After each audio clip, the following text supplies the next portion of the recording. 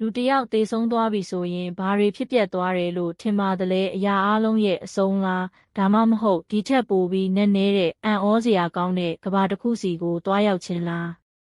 းဒီနေ့ကျွန်တော်တို့ဟာလူသားမျိုးနွယ်တစ်လျှောက်လုံးစိတ်ဝင်စားလေ့လာခဲ့ကြတဲ့တေလူမျိုးပါအတွေ့အကြုံ near-death experience ND တွေ့အကြောင်းကိုနက်နက်နဲနဲဆွေးနွေးသွားမှာဖြစ်ပါတယ်။ဒီဆိုတာတေခြင်းတရားနဲ့နီးစပ်သွားတဲ့အခါခံစားရတဲ့ထူးဆန်းတဲ့စိတ်ပိုင်းဆိုင်ရာအတွေ့အကြုံတွေကိုပြောတာပါ။ကမ္ဘာတဝန်းကလူပေါင်းသန်းချီဟာဒီလိုအတွေ့အကြုံတွေကိုကြုံတွေ့ခဲ့ကြပြီးသူတို့ရဲ့ဘဝအမြင်တွေကိုလုံးဝပြောင်းလဲပစ်ခဲ့ကြပါတယ်။ပထမဆုံးအနေနဲ့အမေရိကန်နိုင်ငံကဒေးဗစ်ဆိုသူရဲ့အတွေ့အကြုံကိုနားထောင်ကြည့်ရအောင်ဒေးဗစ်ဟာနှလုံးရောဂါနဲ့ရုတ်တရက်လဲကျခဲ့ပါတယ်။ဆရာဝန်တွေကသူ့ကိုဖရလုပ်နေချိန်မှာသူ့စိတ်ဟာသူ့ခန္ဓာကိုယ်ကနေကန်ထွက်သွားပြီးအပေါ်ကနေသူ့ကိုယ်သူပြန်ကြည့်နေရတယ်လို့ဆိုပါတယ်။ဆရာဝန်တွေရဲ့စကားသံတွေအခန်းထဲကပတ်ဝန်းကျင်အသေးစိတ်တွေကိုသူမြင်တွေ့ကြားသိနေခဲ့ပြီးနောက်ပိုင်းမှာအတိအကျပြန်ပြောပြနိုင်ခဲ့ပါတယ်။အဲဒီနောက်မှာတော့သူဟာလှိုင်ခေါင်းတစ်ခုတည်းကိုဖြတ်တန်းသွားရတယ်လို့ဆိုပါတယ်။အဲဒီလှိုင်ခေါင်းရဲ့အဆုံးမှာအမခန်းတောက်ပတဲ့နှွေးထွေးတဲ့အလင်းရောင်ကြီးတစ်ခုရှိပါတယ်။အဲဒီအလင်းရောင်ဟာချစ်ချင်းမေတ္တာငြိမ်းချမ်းခြင်းနားလည်မှုတွေနဲ့ပြည့်နှက်နေပြီးဘလို့မှစကလုံးနဲ့ဖော်ပြလို့မရအောင်ကိုပြင်းထန်တယ်လို့သူကပြောပါတယ်။အဲဒီအလင်းထဲမှာသူချစ်ခင်ရတဲ့ဆုံးပါသွားပြီဖြစ်တဲ့အဖွားနဲ့တခြားမိသားစုဝင်တွေကိုတွေ့ခဲ့ရပါတယ်။သူတို့ဟာစကားမပြောဘဲစိတ်ချင်းဆက်သွယ်ပြီးဒေးဗစ်ကိုနှစ်သိမ့်ခဲ့ကြပါတယ်။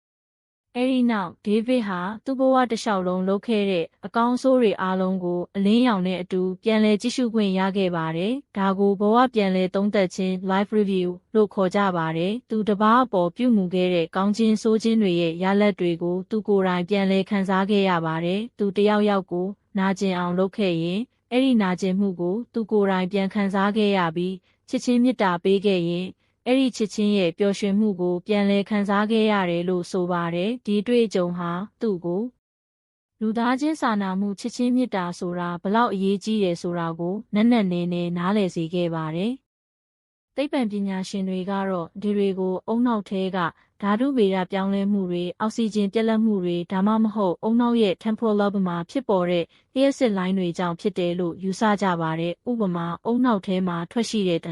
dimethyltryptamineဓာတ်ကလည်းအာယုံခံစားမှုတွေကိုပြောင်းလဲစေနိုင်ပါတယ်။ဒါပေမဲ့ဒီတွေရဲ့ထူးခြားချက်ကတော့ကြုံတွေ့ရသူအများစုဟာသူတို့မြင်တွေ့ခဲ့တဲ့အရာတွေကြားခဲ့တဲ့အရာတွေဟာတကယ်အပြင်မှာဖြစ်ပျက်ခဲ့တယ်လို့အခိုင်အမာယုံကြည်နေကြတာပါ။သိပ္ပံနည်းကျလုံးဝရှင်းပြ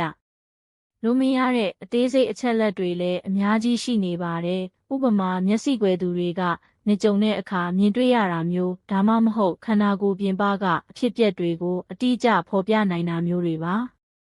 နောက်ထပ်ထူးခြားတဲ့ဥပမာတစ်ခုကတော့အသက်4နှစ်အရွယ်ကလေးငယ်အလက်ဆန်ဒရာရဲ့အတွေ့အကြုံပါ။သူမဟာရေနစ်ပြီးဆေးရုံတင်ခဲ့ရပါတယ်။သူမပြန်သတိရလာတဲ့အခါမှာတော့လှပတဲ့ပန်းခင်းကြီးတစ်ခုတည်းကိုရောက်သွားခဲ့ပြီးအဲ့ဒီမှာသူမမွေးခင်ကလေးကဆုံးပါသွားခဲ့တဲ့အမကြီးကိုတွေ့ခဲ့ရတယ်လို့ပြောပါတယ်။အလက်ဆန်ဒရာဟာအမကြီးရှိတယ်ဆိုတာမသိခဲ့ပါဘူး။ဒါပေမဲ့သူမရဲ့အမေကနောက်ပိုင်းမှာအလက်ဆန်ဒရာမွေးဖွားခြင်းမပြုခင်ကိုဝင်ပြတ်ကျခဲ့တဲ့သမီးတဦးရှိကြောင်းဝန်ခံခဲ့ပါတယ်။ဒီလိုမျိုးကလေးငယ်တွေရဲ့ဤတွေဟာလည်းသိပညာရှင်တွေကိုအံ့အားသင့်စေခဲ့ပါတယ်။ဘာလို့လဲဆိုတော့သူတို့မှာစိတ်ကူးယဉ်ဖို့ဒါမှမဟုတ်ယဉ်ကျေးမှုအရာလေးလာထားတဲ့အယူအဆတွေမရှိသေးလို့ပါပဲ။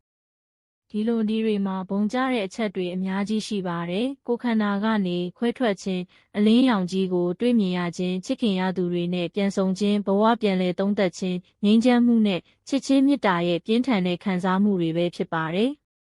ဒီတွေဟာလူတွေရဲ့ဘဝကိုလုံးဝပြောင်းလဲပစ်ပါတယ်။သူတို့ဟာသေခြင်းတရားကိုကြောက်ရွံ့မှုနှဲပါလာပြီးပိုပြီးချစ်တက်လာကြပါတယ်။ပိုပြီးစာနာတက်လာကြပါတယ်။ရုပ်ဝတ္ထုပစ္စည်းတွေထက်ဝိညာဉ်ရေးရာတန်ဖိုးတွေလူမှုဆက်ဆံရေးတွေအတတ်မပါတဲ့ချစ်ချင်းမေတ္တာတွေကပိုအရေးကြီးတယ်ဆိုတာကိုနားလည်လာကြပါတယ်။သူတို့ဟာလက်ရှိဘဝကိုပိုပြီးတန်ဖိုးထားတက်လာကြပြီးကဘာကြီးပေါ်မှာကောင်းတာတွေလုပ်ဖို့ပိုပြီးစိတ်အားထက်သန်လာကြပါတယ်။